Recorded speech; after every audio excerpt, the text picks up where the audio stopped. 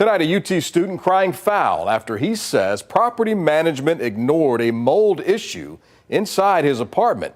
He says the problem went on for months. He hopes his story puts a spotlight on holding owners accountable. KVUE's Kelsey Sanchez walks us through this ordeal.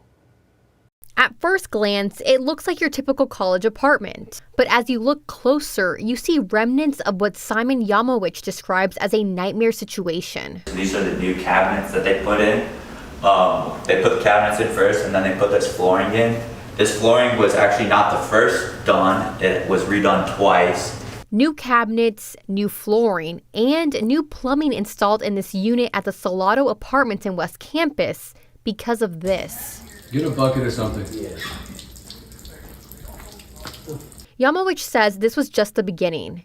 When he and his roommates moved in last August, he says they immediately noticed a musty odor, stuffy air, and black marks around the carpet. We alerted the building. They didn't do anything about it. We eventually got our own mold testing, and it showed that there was traces of black mold and mold in the air vents. The apartment manager finally got an actual mold testing system to find that there was black mold and other traces of mold all throughout the apartment. Then property managers all county capital told KVUE it was a routine mediation project and, quote, a utility closet at this building tested positive for extremely minor levels of black mold, end quote. Yamowich noted he and his roommates were told they could still live there during the project, which all county capital confirmed. But according to the UT student, mold experts they brought in told them otherwise. One of the workers came in and said, this whole place will be filled with mold. You cannot live in here. It's a safety hazard. Forcing them into Airbnbs. All county capital officials say they regret the impact the project had on the residents,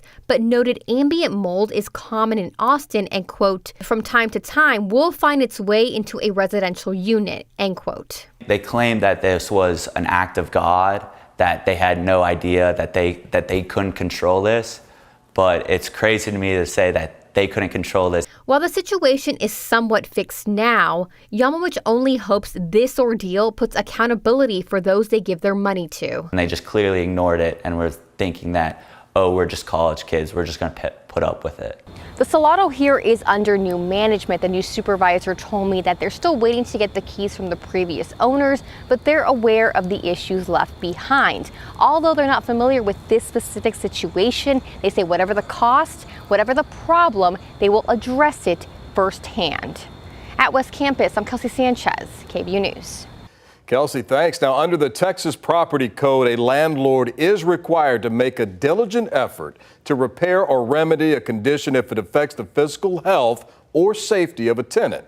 On its website, the Texas AG's office says local justices of the peace have the authority to order a landlord to repair health and safety issues as long as the repair doesn't cost more than $10,000.